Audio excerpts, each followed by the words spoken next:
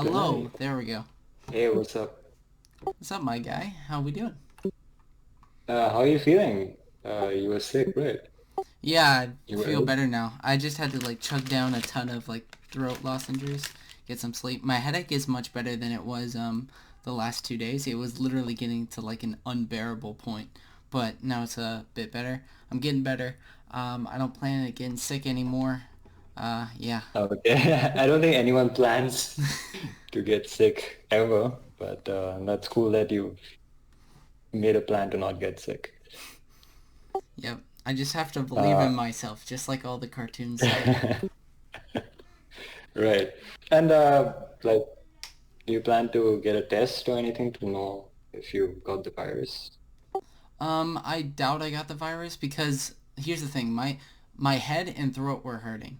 Not I didn't have a lack of taste or anything like that. So I Hmm. didn't really get tested. They were going to get me tested at some point, but when I slowly got better, they were like, "Eh, what's the point?" So,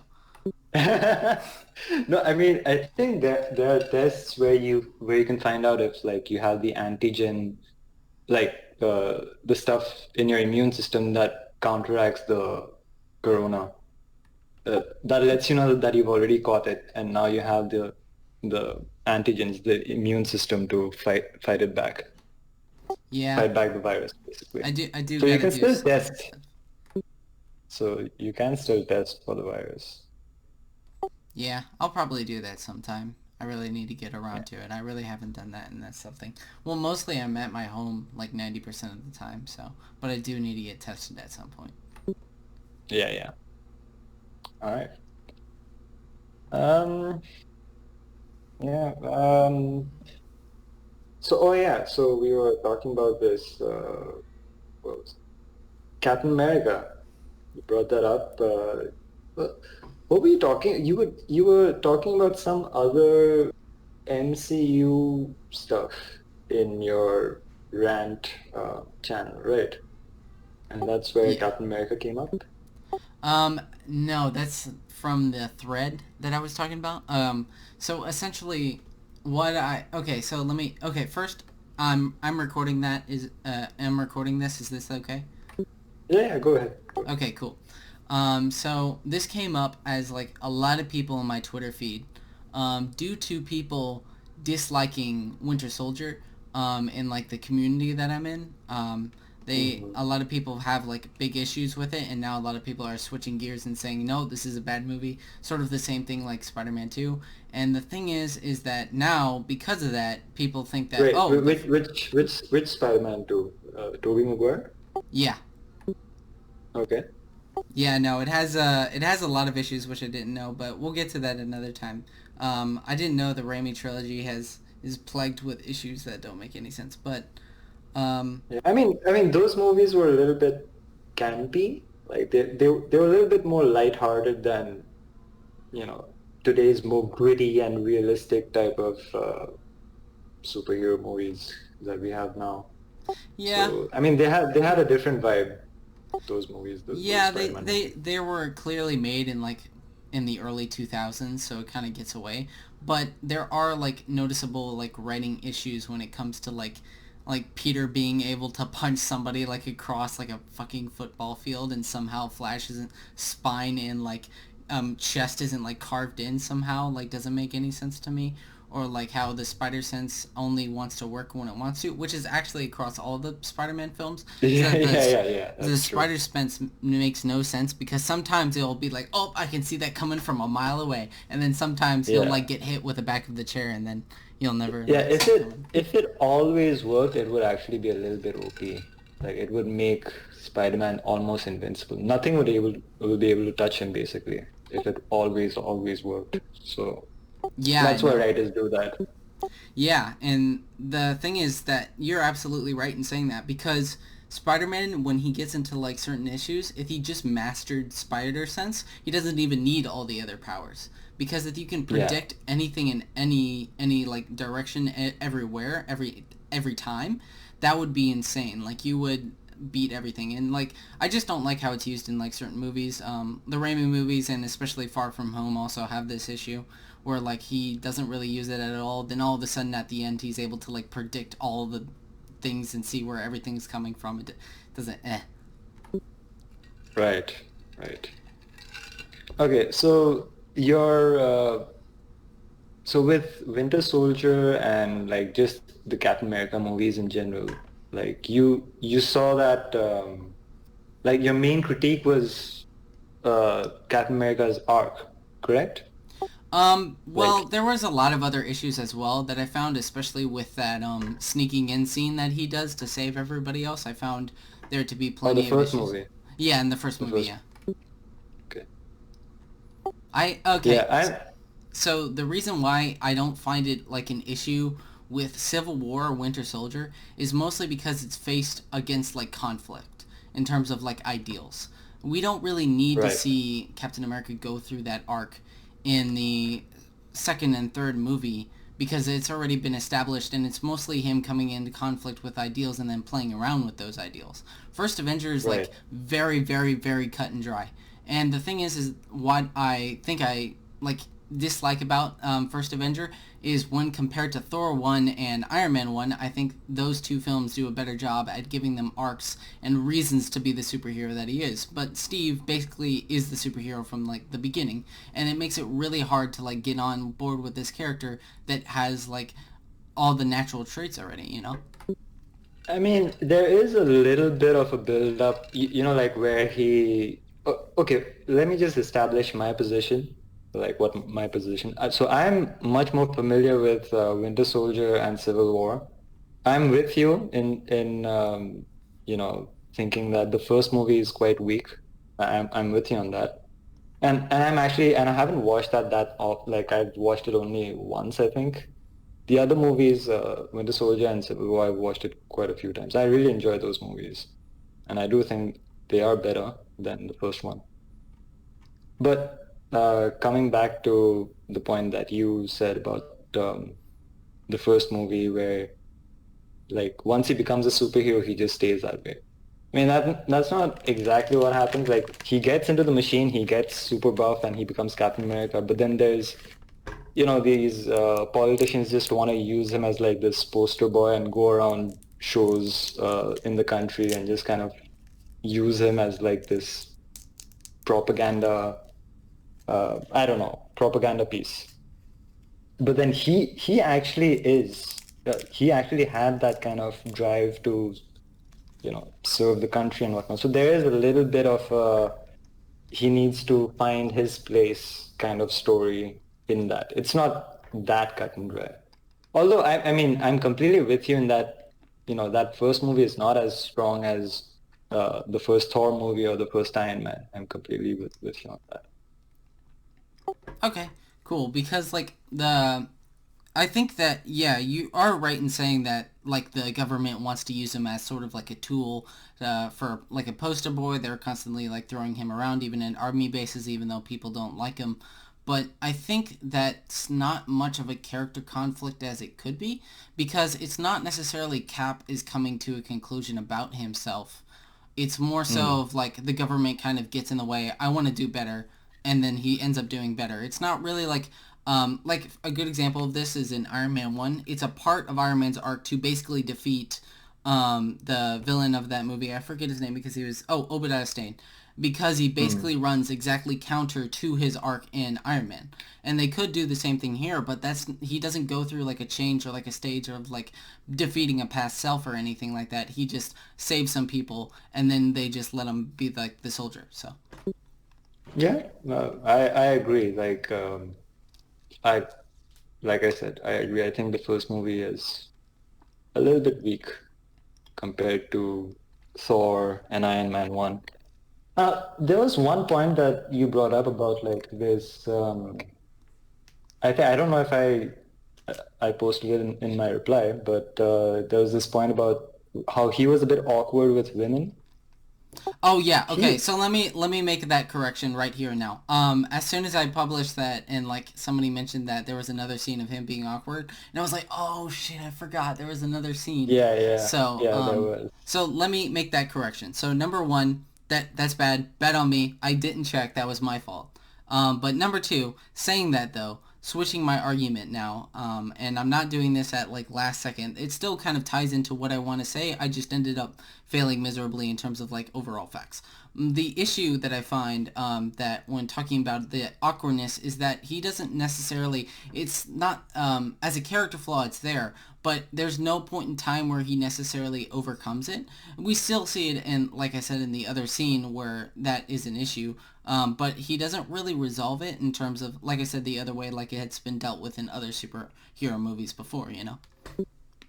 Yeah, I mean, okay, so I don't think that's an issue that he needed to be resolved in the sense that in the first movie he kind of gets the girl in a certain sense. Like I mean, because of like because he has to like save the planet by going doing this plane crash event.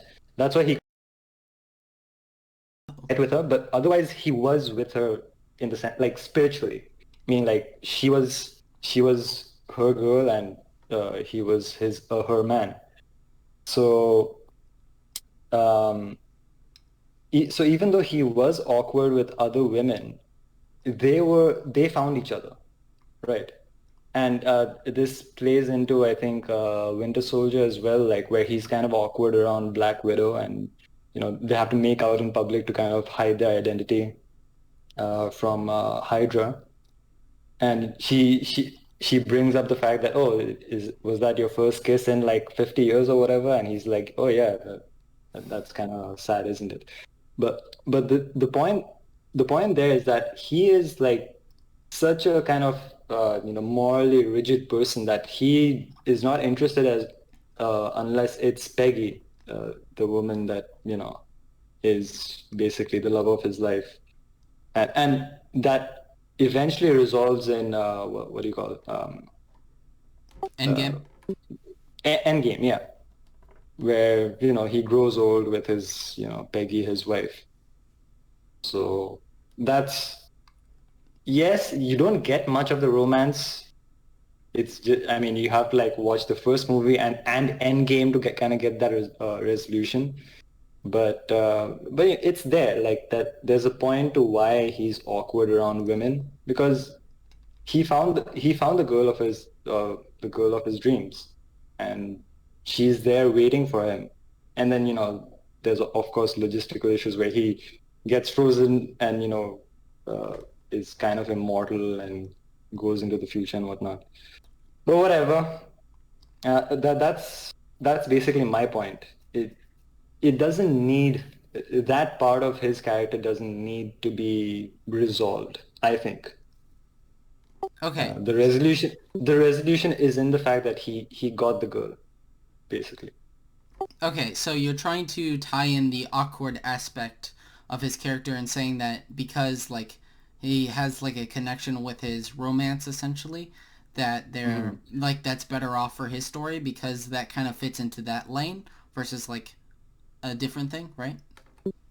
Yeah, I mean, there's no point in him flirting with other women, especially with his moral code. Like, there's like, yeah, it just doesn't make any sense for him to be flirting with other girls or being smooth or whatever. It makes sense with Tony Stark, but with Captain America, he has a very rigid moral code. He found the girl of his dreams. He's willing to wait for her, even though she's a grandma and he's never gotten laid, but he still is faithful to her somehow. So that's his character, and yeah, Okay, that's how I see it. I actually I understand that perspective. Like that's something that I can like more or less see. But the reason why I wanted to bring up the awkward thing is that these are one of the very few like character flaws he has, and I think Mhm. that what makes other movies stronger, especially when we talk about other comic book movies, is the fact that when there's a flaw, and then we work within that flaw to fix that flaw within their moral character or their morality or them as a character or whatever, that we get a better character out of that. But Captain America only flaw mostly, I mean there could be a few other things other than saying he's too faithful to a fault maybe, but for the most part Hmm. it's that awkward element, and like you said, that's more or less like connected to him and his romance stuff than like a workable character flaw that needs to be there. And I'm not saying that needs to be there, but there needs to be like some flaw that he needs to overcome, and it's really hard to get a character that really doesn't have much of a flaw to work with. Okay, here I would disagree. So that's your premise. Your premise is that a character needs to have a flaw that he needs to work on or overcome to have like a satisfying story arc.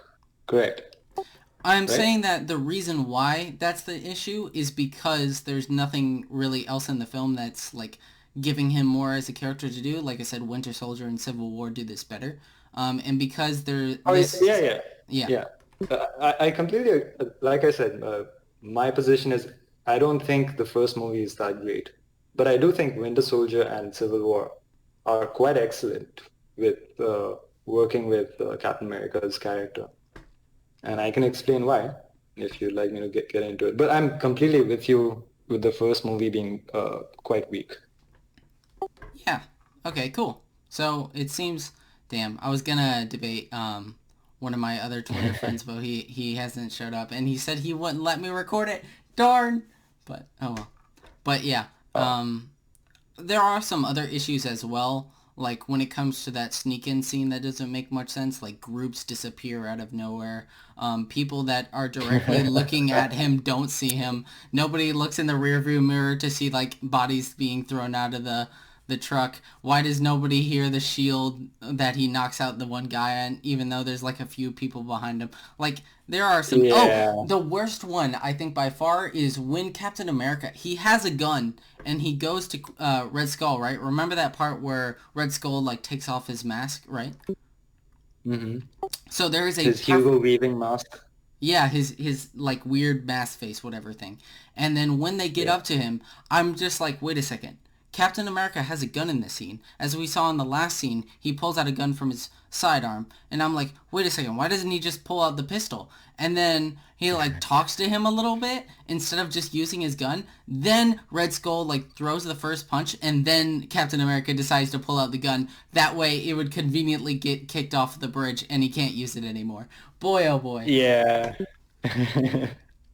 Yeah, I mean, but that kind of dumb shit happens in a lot of action movies. I mean, uh, I don't remember any of these details, and I'm not here to defend the first movie. It's not, I don't think it's that great anyway. But I really, if we might not be debating about this, but I would really want to get into like why he really works in Winter Soldier and Civil War, and he really works with being a character who doesn't have a flaw.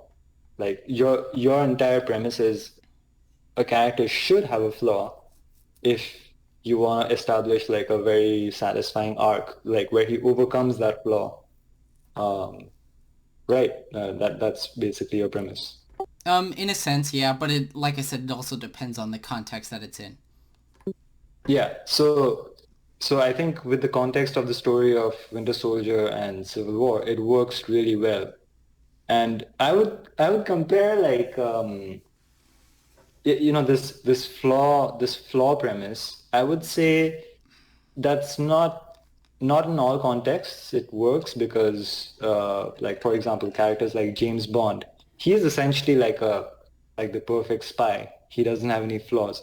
Now yes, the new Daniel Craig movies, they play with the idea that he's a little too distant and he gets drunk way too often. They do play with that, and that's kind of like the modern, like the modern era of, oh, being gritty and realistic. But generally speaking, James Bond as a character, historically, he's this perfect spy, and he doesn't have an arc. He's just this perfect spy, and the entertainment value is putting him in very different situations, and these evil villains putting him into like very difficult situations where he has to work out. And the entertainment value is watching him work, watching him do his thing. He doesn't have an arc. It's just watching James Bond do James Bond things. That's that's what you get out of a James Bond movie. And same thing with Batman. Batman is the perfect human being, but then the entertainment value is watching him, go up against the Joker, where like his morality of not killing is being tested. Like every time he doesn't kill the Joker kills a lot of innocent people in return. So that's where you get that kind of conflict. But in a sense, how Batman is portrayed, he is perfect. He doesn't have an arc per se. Um, you could have had a Batman arc if people focused on his origin story. I mean, there are stories that focus on his origin story, but the meat of Batman's stories are when he's mature and he's already Batman, established character, the Arkham games, etc., etc. Um, and so many of these comics where Batman is an established character. Very few Batman comics are about him having to struggle with his morality or having a character arc. It's just Batman doing Batman stuff, but in like different contexts. That's how people enjoy quote unquote static characters who don't, overcome a flaw, quote unquote. So I want to set that premise up that you don't need to have a character that has flaws for it to be interesting, which is what Julius was saying in the chat as well. Yeah, and I do agree with that statement. Like a lot of the things that you said, I do agree with. But I think, Hello? oh, can you hear me? Yeah, yeah. Yeah, Okay. sorry, you just got, yeah. Yeah, no, my internet's really bad for some reason. But yeah, I understand what you're saying, especially Batman. Batman's like a really, really good example of this because Batman, like Hmm. you said, he doesn't really have an arc. He has things that happen to him, but he doesn't necessarily have like an arc. He does have like his morality being tested, but he doesn't really have like a lot character flaws. But I would say even at that, that's probably what makes Batman interesting is everything else. Like a lot of people when they talk about Bruce Wayne or Batman in general, they usually aren't like talking about Bruce Wayne in and of itself. They're usually talking about like his fight scenes or like how cool the detective stuff is in the story or like how cool his villains are because Batman has one of the greatest rogues gallery, and even his Yep. allies. Like a lot of people connect with Nightwing, like me, and Jason Todd and Barbara Gordon and all those other stuff. So yeah, I Yeah. do. I do technically agree with that. Yeah. Yeah. So yeah, I mean that's the premise that you don't need a character who's always overcoming a flaw to be interesting. So yeah, Batman's a good example of that. James Bond also I think is a good example of that. Although again, the Daniel Craig movies, you do have flaws where he overcomes them. These new ones, um, and yeah, and Captain America with Winter Soldier and Civil War, he is in Winter Soldier, he's put into a very complex situation with even the good guy, Nick Fury.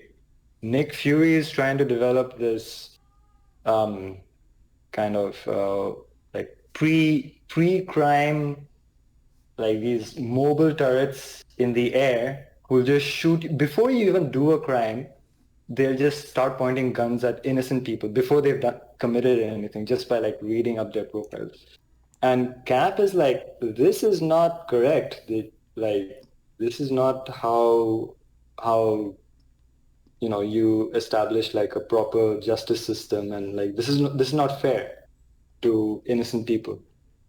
Uh, like, what do you have that saying? Innocent until proven guilty. Yeah, yeah, exactly. So that is not being applied in what Nick Fury is trying to do. So even with Nick Fury, he has this conflict. And then Hydra is a part of Shield, and he is a part of Shield, and he's put into this very weird conflict with Shield as well. And then on top of that, you have Bucky, and Bucky being the Winter Soldier and whatnot. Um, so his morality is, throughout the entire movie is being tested and tested and tested. And how does he stay true? to the like how does he act to stay true to his ideals while also being in these very complex situations? That's what I think people find very interesting about Cap.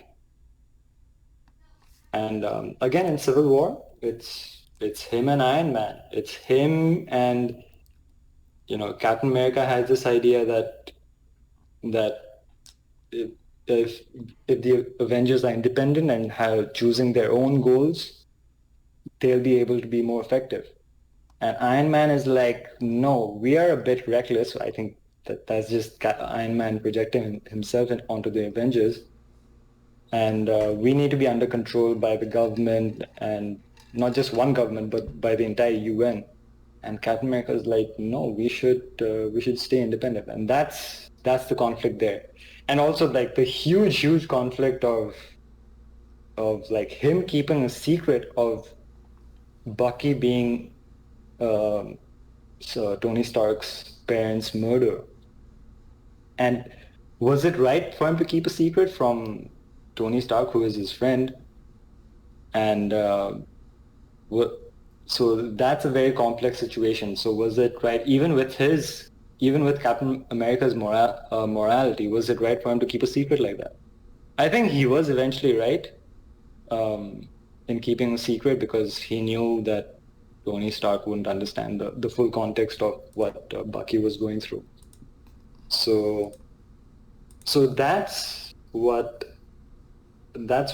makes Captain America interesting. It's putting him in these very weird situations where his ideals and his moral code is being tested in different ways.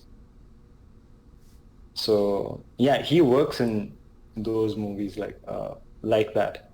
Yeah, the first movie wasn't that great, but those two other movies, the sequels, they're pretty great in how they work with Captain America as a character.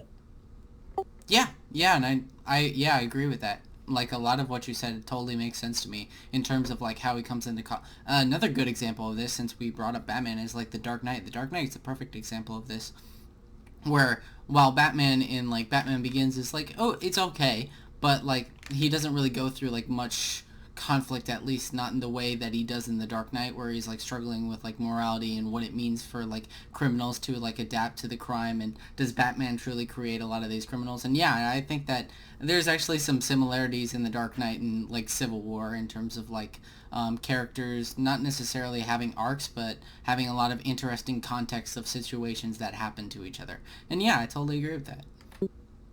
Mm.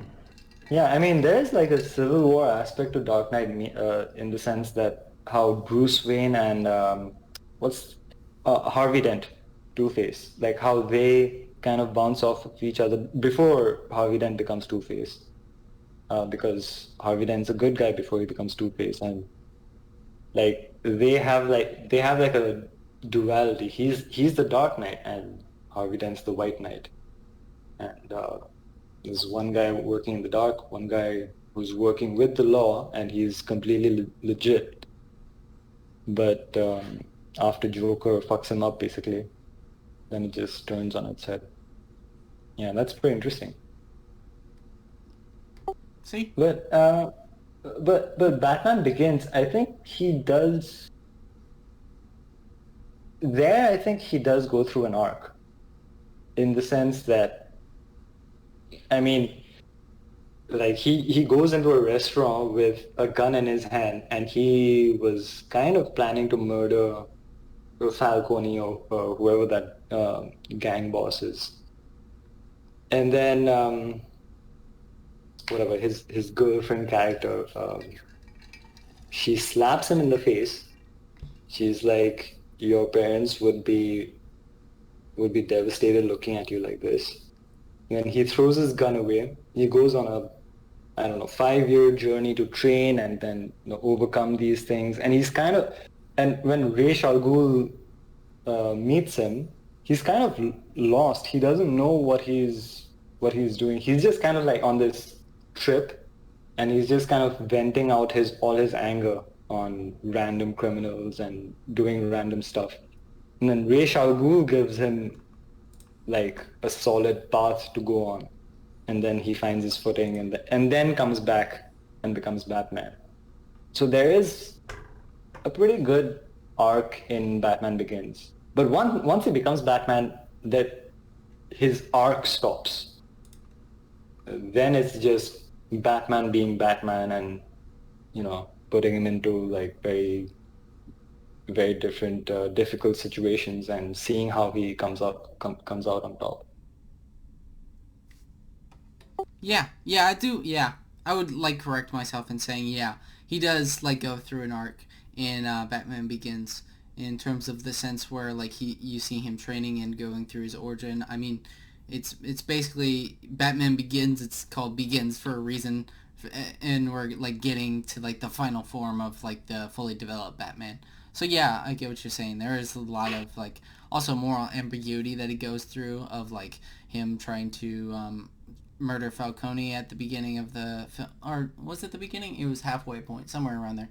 But it was Yeah, it's before his. I mean, chronologically before his journey to train as Batman. yeah. So So, yeah, I agree with that. Yeah, totally. yeah.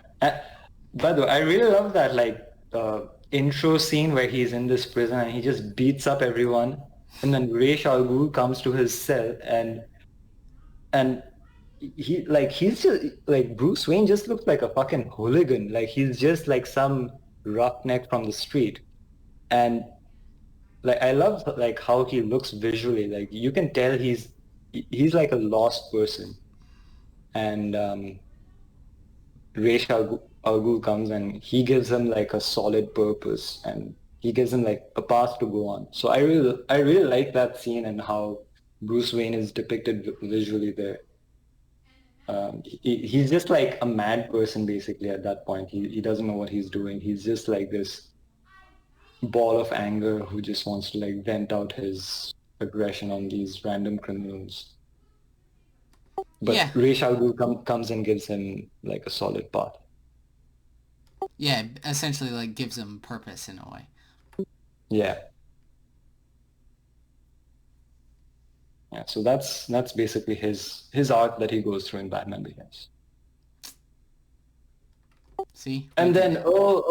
the twist that Ra's al Ghul was the bad guy the whole time. That was like the big twist and whatnot. And yeah. But by the way, that last scene where he just where Ra's al Ghul dies in the train, and Batman's like, "I'm not gonna kill you, but I don't have to save you." Like, real Batman would actually legit save him. But I mean, I don't mind Christopher Nolan or even Zack Snyder taking some liberties with the no kill rule or the no gun rule or whatever. I don't mind that too much. I love Batman as a character, but I don't mind if some writers take some liberties on his rules. Yeah. It's usually like in the execution. The difference between like Nolan and Zack Snyder's is that Batman, like in Zack Snyder's version, is like a crazy lunatic that's been Batman for like 20 years and is like seen Mm. everything and like explodes cars and stuff like that because he's Yeah, cool. yeah, But in then he yeah. suddenly stopped because his enemy turns out has the same name as his mother, and then and then he is now good guy. There we go. Yeah, yeah, yeah. That was fucking good. Well, I just bought. I mean, earlier I had rented the movie, Zack Snyder's Justice League, but I just bought the movie again to watch it because I want to watch it again. So excited to watch it again. I heard you like later on your perception of the movie changed a little bit. Like some of your thoughts have changed about how you like the movie or disliked it or whatever. Yeah, so essentially, I thought that it was a really good movie when it came out. Hmm. I thought it was pretty good overall, and I said that I really liked it, and it was one of my favorite superhero movies. Now, saying that, I think that's because I came in with like a lot of different ideas and like perceptions. Number one is that I like BVS and Man of Steel are really really bad superhero Yeah, films. yeah. They're Oh like yeah. on a whole new level. And then when I saw that it was slightly improved, you know, that it kind of tricked Mhm. me into thinking, oh, yeah, it's a good movie now. And then there was also the idea of Zack Snyder really likes the idea of like style over substance, as you were saying, even if it Mm, like doesn't yeah. make sense. Yep. And that's kind of like I noticed that it's not really like character issues. Well, it also depends. Like when we also compare it to like the Whedon cut, I used to think that like the Whedon cut was worse, but there are elements in the Whedon cut that are definitely better. In Oh, terms of really? yeah, Could you go into them a little bit, sure. if you don't So mind? the first one being is that so one I do agree that Cyborg is better, but there are other things as well, such as Batman has a lot more character scenes in Joss Whedon's Justice League as to like fully flesh out his like motivations and as to why he's doing what he's doing. Versus in the Mm. Zack Snyder version, there's little time given to him in terms of his motivation as much as there is in Joss Whedon's cut. Also in Joss Whedon's cut, there's also like a sense of like them actually being superheroes, unlike the Snyder cut. Like the Snyder cut, they're just mostly there to destroy things and like decapitate people and like punch down on people over and over again. Versus in Joss Whedon's cut, like they're actually trying to save people. Joss Whedon also didn't have Superman laser armored vehicles that were in army initiatives that probably killed somebody. You know, there's like it's an interesting like idea. Like okay, Whedon's cut is still bad, but there are elements that are better. Especially like the Snyder cut does not need to be 4 hours long. That was my main issue when I like thought about the movie more is that I think it should have been like cut down to like an 3 hours and a half or like just 3 hours because like there are so many extended scenes. A good example of this Yeah, is I mean, yeah, the yeah, I agree. yeah, there's like especially like that Lex Luthor scene where he like escapes. In the Joss Whedon cut, we like see him, and then the guard goes up to him, and yeah, basically it. But in Zack Snyder's cut, up he's got to see him. Up he asks for his name again. He asks for his name again, and then he like slowly walks up, just creeping around, and then he waits and waits and waits, and then he finally gets him to turn around to see it's you know it's like a lot of these issues Mm. are also the case, and I also think that there are some while I know he was trying to make other characters better, like Wonder Woman, for example, Zack Snyder's Wonder Woman literally is really brutal. Like, she is unbelievably brutal. She is not at all connected to the Wonder Woman movies because she's just insane in terms of, like, she literally, when there's one guy left and there's people behind her, she's like, oh, guess it's time to incinerate him with like my bracelets and the whole building like explodes and I was like Wonder Woman why oh my god. Yeah. With yeah, with Wonder Woman, it's yeah. I don't know. That scene in particular, like, doesn't it?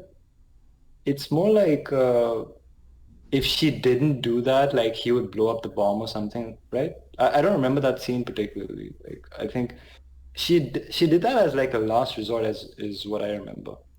Okay, so essentially he was in the middle of reloading his gun and he was about to fire on the people again, but she Okay, decided okay, to okay. use her bracelets, which doesn't make much sense that she can just run over there super fast like she does with all Mhm. the other guys Yeah, and take them out. So yeah, yeah. I agree. Like that would be like one of those moments where Zack Snyder chose to have like that style over substance thing. Like she would have to do her signature like arm crossing bracelet move in that part instead of just doing like a practical thing, like just slapping him and knocking him out or something.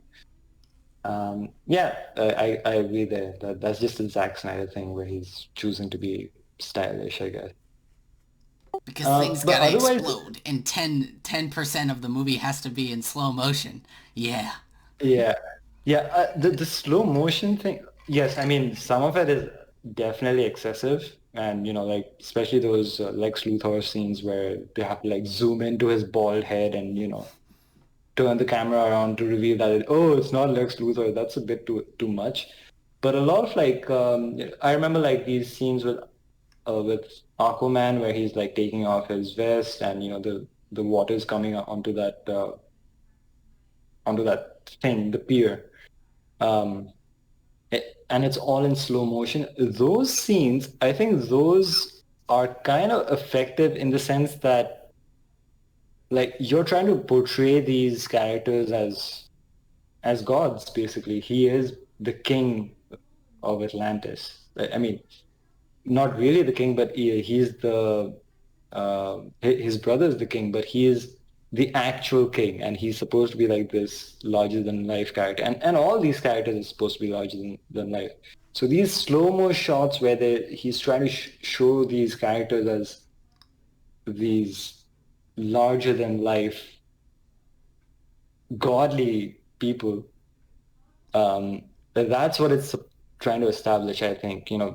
Now we can debate if it's done well, if it's executed well or not. That's a different thing. And I think yes, sometimes it's a bit excessive, but I appreciate that he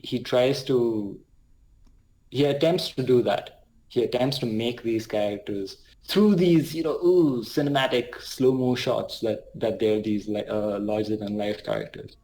And that's like a very Zack Snyder trope that he does through 300 and Watchmen and whatnot.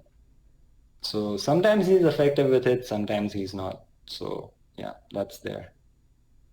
Yeah, but like the issue with that is like I understand it. He's like trying to make them gods and stuff, but it's kind of the same issue that I had with BVS Superman and like Super and Man of Steel as well.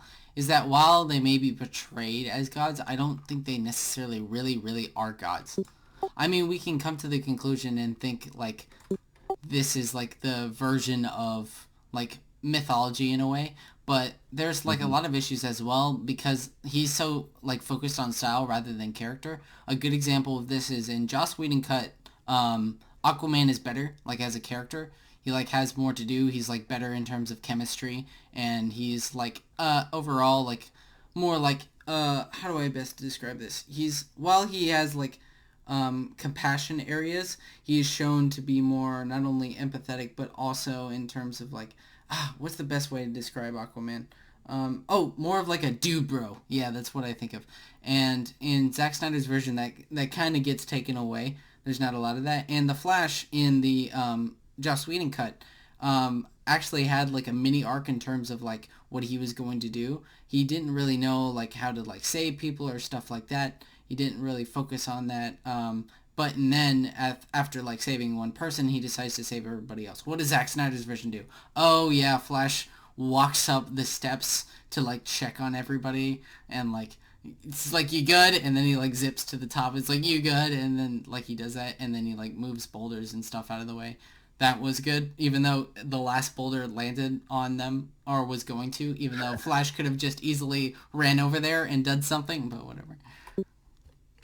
Yeah, I mean, the with the Flash in the Joss Whedon cut, he was a little too much of a bumbling idiot, though.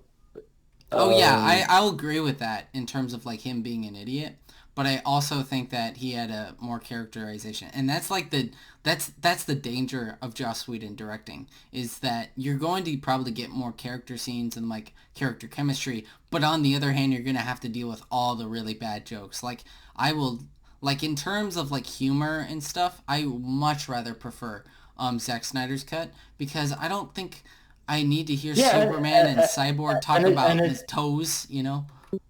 yeah, and it's funny because Zack Snyder, most of the time, Zack Snyder is not trying to be funny. Like his funny scenes are more like it comes off as more genuine because he's not really trying to be funny. It's just like, oh, like it's just like a cute scene between two characters, and it just happens naturally. Like like with that scene where everyone's fighting Superman when Superman just gets resurrected, and Aquaman crashes into Flash, and then he just kind of points, and he's like "Grr," and points at him. That's like a cute, funny scene, but it's not overplayed and like not overdone to like a cringy level where everyone's like, "What the fuck? This is not a superhero at all. This is just like some fat guy." Oh, Um, something's definitely bleeding. Oh. yeah, yeah, exactly. So Zack Snyder didn't have any scenes with Batman saying dumbass shit like that, which I really appreciated. I Yeah, I do. really, I, really I, I like appreciate. that as well. He treats, even though I think that Joss Whedon's cut gives him more character, I think treating him as a joke is not a good idea. But it's also like, in terms of like, interestingly enough, do you want to know what like Zack Snyder and Joss Whedon's plan for Batman in terms of like future Batman stuff? No, I don't know. Okay, I'm not aware. so have you heard of the Red Hood arc, right? Yeah, that's the Arkham Knight. I mean, that's basically the Arkham Knight story. Yeah, so basically, Joss Whedon, when he got in there, was trying to push Batman to have the Bat family. So the Robin that we saw in BVS, he wanted that to be Jason Todd. That way they can have a Red Hood movie and like have Nightwing Wait, wait, do wait, his own other thing. wait. Which? Oh, The the you mean the dead Robin who with his suit in like yeah. the case? Mhm. Okay. Oh, okay, okay. Yeah, so Joss Whedon was trying to push for like more Bat Family. He also really badly wanted to direct a Batgirl movie, so he was pro Bat Family. On the other hand, Zack was very, very anti Bat Family, and this is one of the criticisms I have with him. Is not necessarily him being against the Bat Family; it's him being against like a universe in general. Because Zack Snyder basically wants to make his 5 movies and then zip out. That's why I find it frustrating that they keep wanting to stop him, is because just let him finish his movies and then let him leave. Like that's all he wants to do. Like and that's Uh, Zack Snyder's not really a team player. And this shows in the Snyder cut because there are certain scenes that don't make any sense. Like how do the Atlanteans breathe underwater when in Aquaman they need like little water suits? Why does Aquaman take his mother's Triton when in the Aquaman movie there's like a whole scene about that? Why does Wonder Woman say I've been in isolation for all these years when that counters Wonder Woman and her like character, like I said previously, like are two different Wonder Womans, you know? Zack Snyder's not a team player in terms of like a bigger cinematic yeah, universe. yeah. I mean, the movie itself is just it's kind of in its own vacuum. It is a sequel to BVS, in like an alternate sequel. The canonical sequel is a Joss Whedon cut, but it's like an alternate sequel to BVS. So and that it's his sequel and he doesn't care if it gets its own sequel or not. It's just its own contained story. Hold So something. no, that's that. I don't disagree with you in saying that he's a team player or something. He's not. He had his own vision for that universe, and it probably clashed with Warner Brothers executives or whatever, or Joss Whedon's vision. So yeah, um, no arguments there. He obviously now everyone understands that he definitely had a very different vision than the rest of whoever's managing Warner Brothers properties. So yeah. Yeah. Yeah, it's like I said, there are so many issues at DC. Do you know the nightmare stories of the Batman movie? Oh yeah, Robert Pattinson's movie. Yeah. Yeah, I heard like yeah. So the main thing that I've heard is that Pattinson, he didn't work out and get in shape for the role. Even though like everything's been delayed because of COVID, he's still just been a lazy ass. And the director's like, "What the fuck are you doing? Like, just get off your ass. This is a high-profile movie. What are you doing? This is you're supposed to be Batman." And that's the drama that I've heard. Um, anything else that I've missed? Oh, there's a lot more, buddy. You see, the Batman film has been through like so many different stages. So like the first one was that the idea that Ben Affleck was going to have an Arkham Asylum type movie, where it would be very inspired by the Arkham Asylum game and the comic, Ooh. where it's Batman going through like all of his rogues gallery, having like issues and stuff, and like dealing with that. It would sort of be a low budget art house film for Batman. That was the plan. Ah, But that okay. got changed again when there was like other people that wanted to step in. They were like, hey, we want to make Deathstroke and Batman fight each other. So there was that movie that happened, which nearly did happen. And the guy that poor guy that plays Deathstroke, I feel so bad for him. He's been practicing for that role for like 4 years, and he hasn't been able to do anything. But they were going to have a huge movie where they were going to face off, and like Deathstroke was going to kill people, maybe even Alfred, all of his loved ones, even Gordon I heard was going to get killed by Deathstroke. It was going to be like a real deal type thing. But then also that got canned as well. So they were like, okay, guys, we need to make a movie, please. And they were like, okay, Matt Reeves, that guy. And then they had him come in, and then he went to Ben Affleck and he was like, bro, I don't like your Batman. He's pretty cringe. I want my own Batman, because he was going I to. think I think like after the reception of Batman v Superman and Justice League, I think everything kind of changed within the management to kind of Yeah, reboot Batman, I think. yeah. A lot of people, like I said, there's an issue at DC where like nobody wants to play the team player, and that also goes for like Matt Reeves and like Ben Affleck in general, because they both have like interesting ideas about where they want to take it, but they want to be like left alone in their own corner. And DC for most of Mm. the time can tend to like pry and like poke and say, hey, well, can you change this, and like stuff like that. But they've relatively left Matt Reeves alone for Okay. his Batman movie, and that's how it became Robert Pattinson. So that's why they have him on Earth too. Yeah, but I've heard like all these issues with Robert Pattinson is coming up now. Yeah, a lot of people describe him as like a diva when it comes to like other things that, which you were right about the workout thing. That is something that happened. It's basically been confirmed at this point. And Robert Pattinson, like, he seems very nice in interviews, but the thing is that he's, like I said, he wants to do his own thing, and I've heard that that's been an issue on other movies as well. And that Uh, can kind of come into conflict with other things. But Robert Pattinson, yeah, though, with the director basically. yeah. Um, Mm. so it's like, and Robert Pattinson's a really good actor. If you've seen him in like Good Time or The Lighthouse, he's really, really great. His art house films are like really good. But he needs to get buff. But you can't make me, director. You can't make me. Yeah, what's that? I mean, you're playing fucking Batman. Okay, I mean, I get it. He's an artist. He wants to be like this. He wants to do these like weird suave roles and whatever, Lighthouse and whatnot, and that's cool.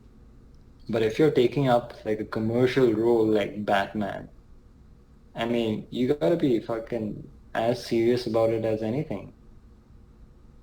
So yeah, and Yeah. Batman's an established character. You can't just do your own thing with Batman. You have to respect the legacy that the character has.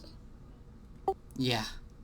Yeah, it's he I get, but Robert Pattinson's really good. Like I said, he's a good actor and he's a good musician. I've listened to his unreleased songs that people Oh found. wow, fanboy. Yeah. Fanboy alert. okay, Goddamn. okay. So I don't like Robert Pattinson all that much. Okay, I just think he's a good actor and a good singer. Okay, I'll send him your stuff. He's great. He knows how to play the piano and the guitar. Okay, leave me alone. God. Sending me his stuff. You want to convert me as well. Okay, cool. Cool, man. That's cool. Yeah. So, is that all you wanna mention? Yeah, basically. Cool. It was fun. So I guess there wasn't any like epic debate Yeah. about Captain America, I guess. No. Damn. Oh well. You're just like a very confrontational guy, dude. Yeah. I just Just like want to be like, fuck you, fuck that. there. That's me. That's me on Twitter. That's practically what I do. You know. Yeah. Oh, by the way, are you gonna be getting the new Resident Evil when it comes out? I'm thinking about it, but here's the issue: is that it kind of burned me after Resident Evil 3, the remake. When going over Hmm. that, I realized that there was like a lot of issues, and Like even RE2 has its issues as well, but I might get it. James said he might, or it says that he's on board to play it, so I'll probably play it at some point. I'll wait and see the reception to it, then I'll probably um, Have actually get you the have game. you played RE7?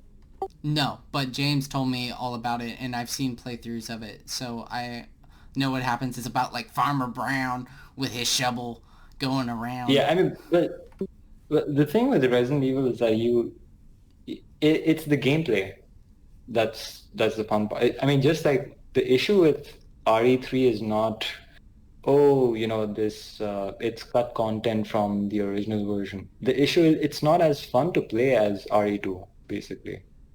Like you don't feel that kind of that resource management puzzling element that you have in RE2. You don't feel all that in RE3. So, Yeah, there's also not a but lot but of it, strategy as to either. exactly, the strategy that you usually have in Resident Evil is just absent in RE3. So, but RE7, it's actually the gameplay. It's all about the gameplay in Resident Evil games, and RE7 is pretty solid. It's really solid, and there's a sale going on if you're interested, because they're promoting it for the next game that's coming out. And RE7 is a direct. RE8 is going to be the direct sequel to RE7, obviously.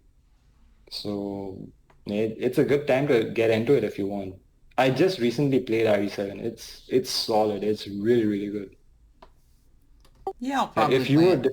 if you were disappointed in RE3, as I was as well, I enjoyed it a little bit, but I was definitely coming from RE2. I was very disappointed in RE3. But if you want like another good RE game, get RE7. It's pretty good. It's solid. I will do that. I will do that because then I can talk about it with James. And if we do talk about Yeah, it in the new village, and then you can talk about the hip new thing, which will be RE8 in a few weeks. yeah. Wait, is it releasing here in a few weeks? What? Yeah, I mean it's coming out. It's April right now. It's coming out in May.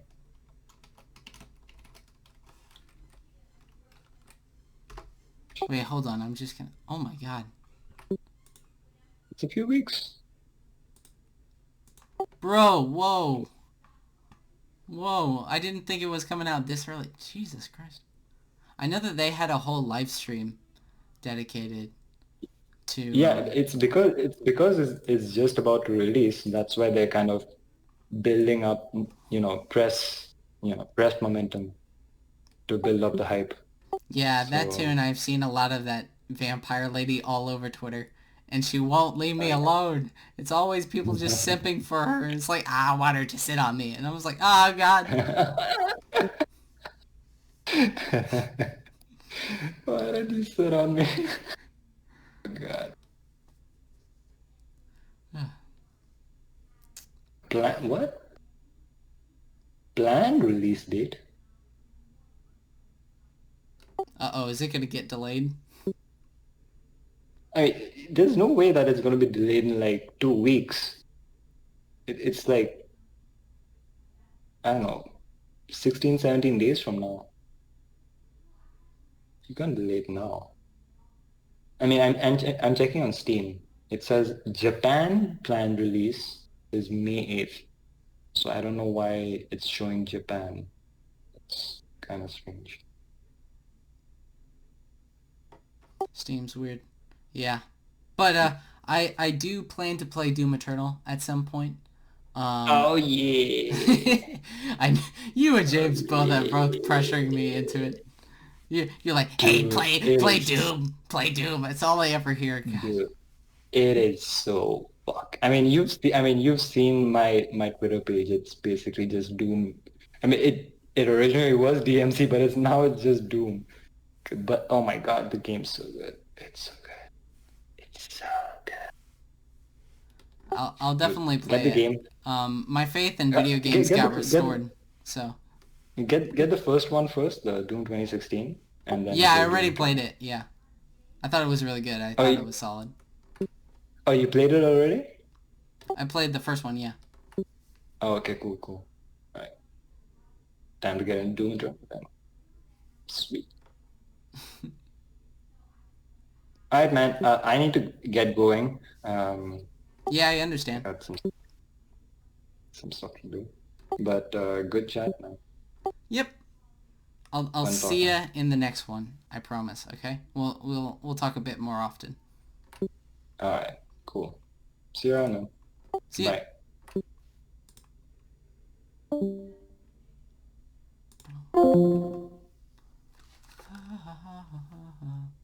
Wasn't really much of a debate now, was it? Post debate thoughts. I thought I did good. He really talked about his stuff, and I really talked about my stuff. Really deep.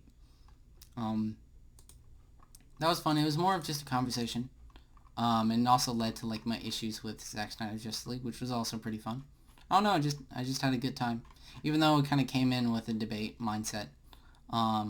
It later just turned into more of a conversation, which was cool. He's a chill man. He's a best boy. He's honestly really good. So yeah, I'll definitely talk to him in the future.